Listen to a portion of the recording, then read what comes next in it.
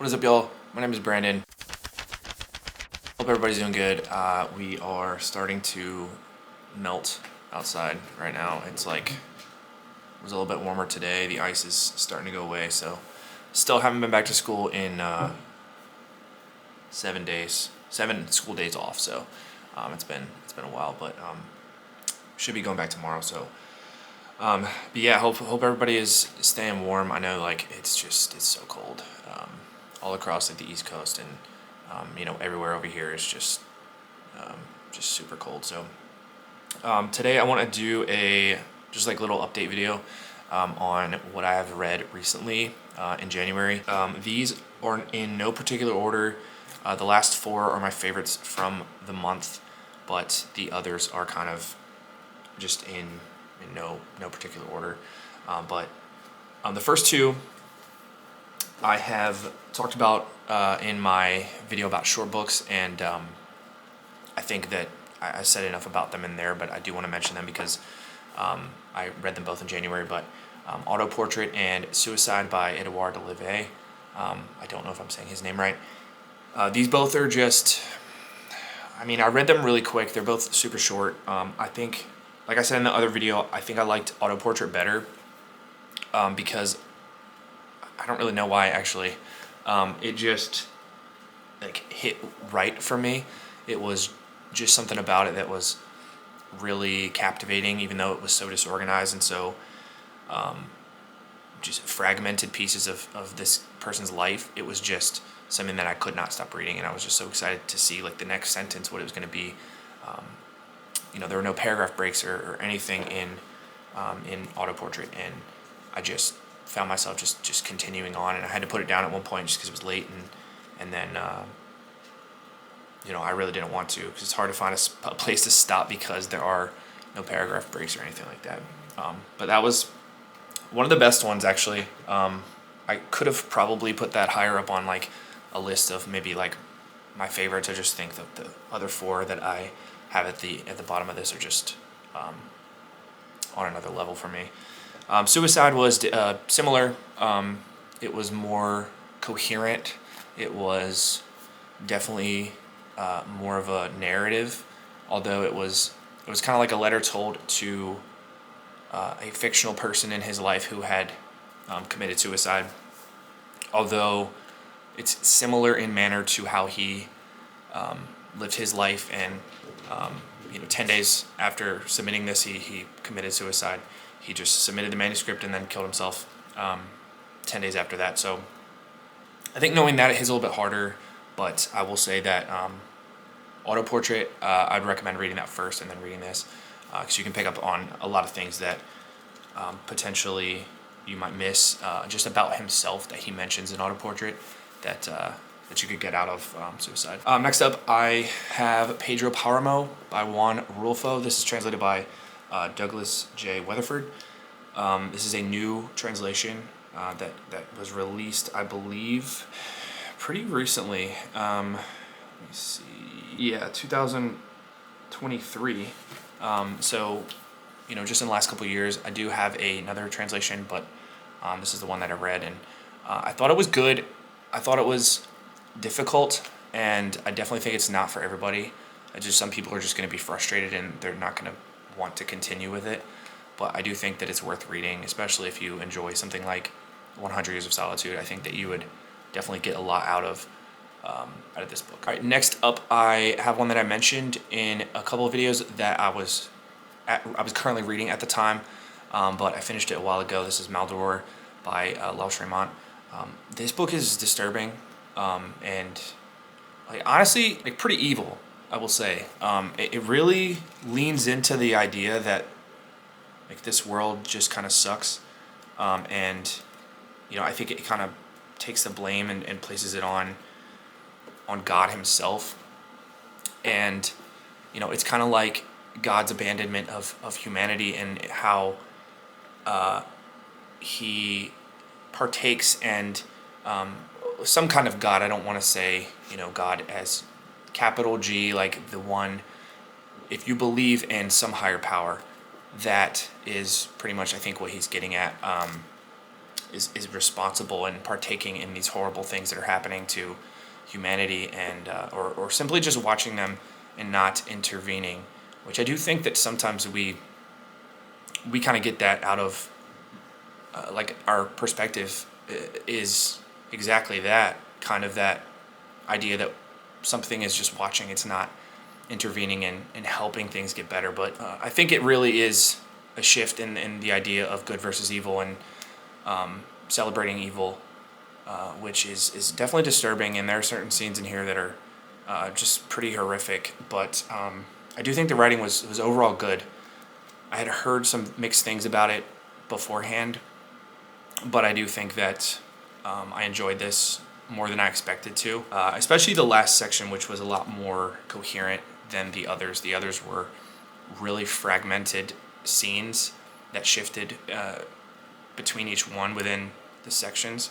It was broken up into 6 main sections, and then within those there were little like paragraph breaks. And I think the 6th one was definitely the best and most pleasant to read, just because it did not feel so jarring to go from one scene to the next so quickly. So I don't think that I would recommend this to the majority of people, but if you're into older French literature, then for sure give it a go. But I think just in general, this is not something that the majority of people are going to want to read. Next up, Happenstance by Thomas Chamberlain. This book was, I know I mentioned in a previous video, it was horrifying.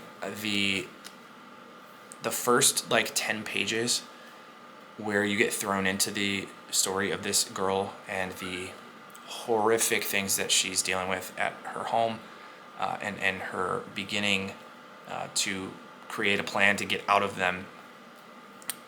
Those 10 pages get you hooked into the story, and then it just kind of just flows along, and definitely is a very readable book. It did feel like it was along the lines of being like almost a young adult book at certain points, but I think the content is definitely more mature, at least at the beginning. In certain parts of it, I think that it requires a level of maturity that a lot of young adult books don't address. So yeah, I don't really know what to say about this without spoiling anything. I think that it's worth reading 100%, and I think it draws a lot of attention to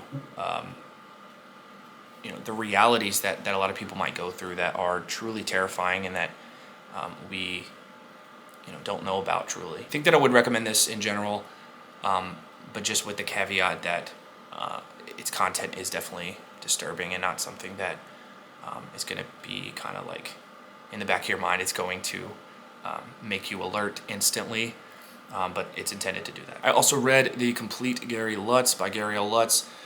She's a writer that I mentioned before is jarring with her style and takes getting used to. Even halfway through this, I wasn't sure if I even liked it, because there are a lot of points where even like the sentences that I would read, I would have to go back and reread it, because I wouldn't be able to process what was just said because of the nature of the language and the syntax that she's using in her sentences. And I think that that's just incredible for a writer to be able to require that attention from you. A lot of the themes in here are generally, I think, deemed a little bit more on the like taboo side, with marriage and divorce, with leading into bits of homosexuality within marriages, and things that are sexual in nature that are not necessarily talked about as much. I think the focus is not necessarily on the sexual aspects of them. It's more the writing itself is definitely the focus and what she wanted to prioritize with this book, and the short story collections that are in this book, because this was written at separate times and then combined into this edition. But again, the writing really is what is most important in here. I think if you love language, then you should definitely give this a try. Also read 100 Years of Solitude, which is a book that is a modern classic for a reason. I understand, the love that people have for this book. I think that it was fantastic overall. I did get bogged down at certain parts. I'm not sure exactly why. I think I felt that it was just far too repetitive, with the kind of rise and fall of different members of the family, the Buendia family. I really felt like the first half of the book was less interesting to me than the latter half. I think the end, when you can not only put pieces together, but kind of get a sense to where things are going, I think that it got me more interested to finish it quicker than when I started it. I think the characters at the beginning are definitely more drawn, more fully drawn, but I got the sense that, like, I didn't care as much in the beginning than I did at the end, if that makes sense. I'm not sure if I've actually heard people say the opposite, that they cared a lot more at the beginning, and then they kind of slowed down towards the end. I felt the opposite about it, but I definitely think that this is a very well written book, a very well translated book, and Gregory Rabassa's translation is absolutely beautiful. I mean, like, I know Marquez praised it, and like rightfully so. There are some insanely wonderful passages in this book that I think even if you just read it for that, you will get something out of it. There are definitely two themes in particular that are notable, that I think that should be kind of known about before you read this. The incest within the Buendia family is definitely one that is, there's an astonishing amount of instances to this happening in the family, which obviously is something that's going to trigger when you're reading it, like, is that really, their brother, their cousin, their whatever. And then pedophilia as well, which is something that I know culturally was a topic that is worthy of a discussion in Colombia at that time.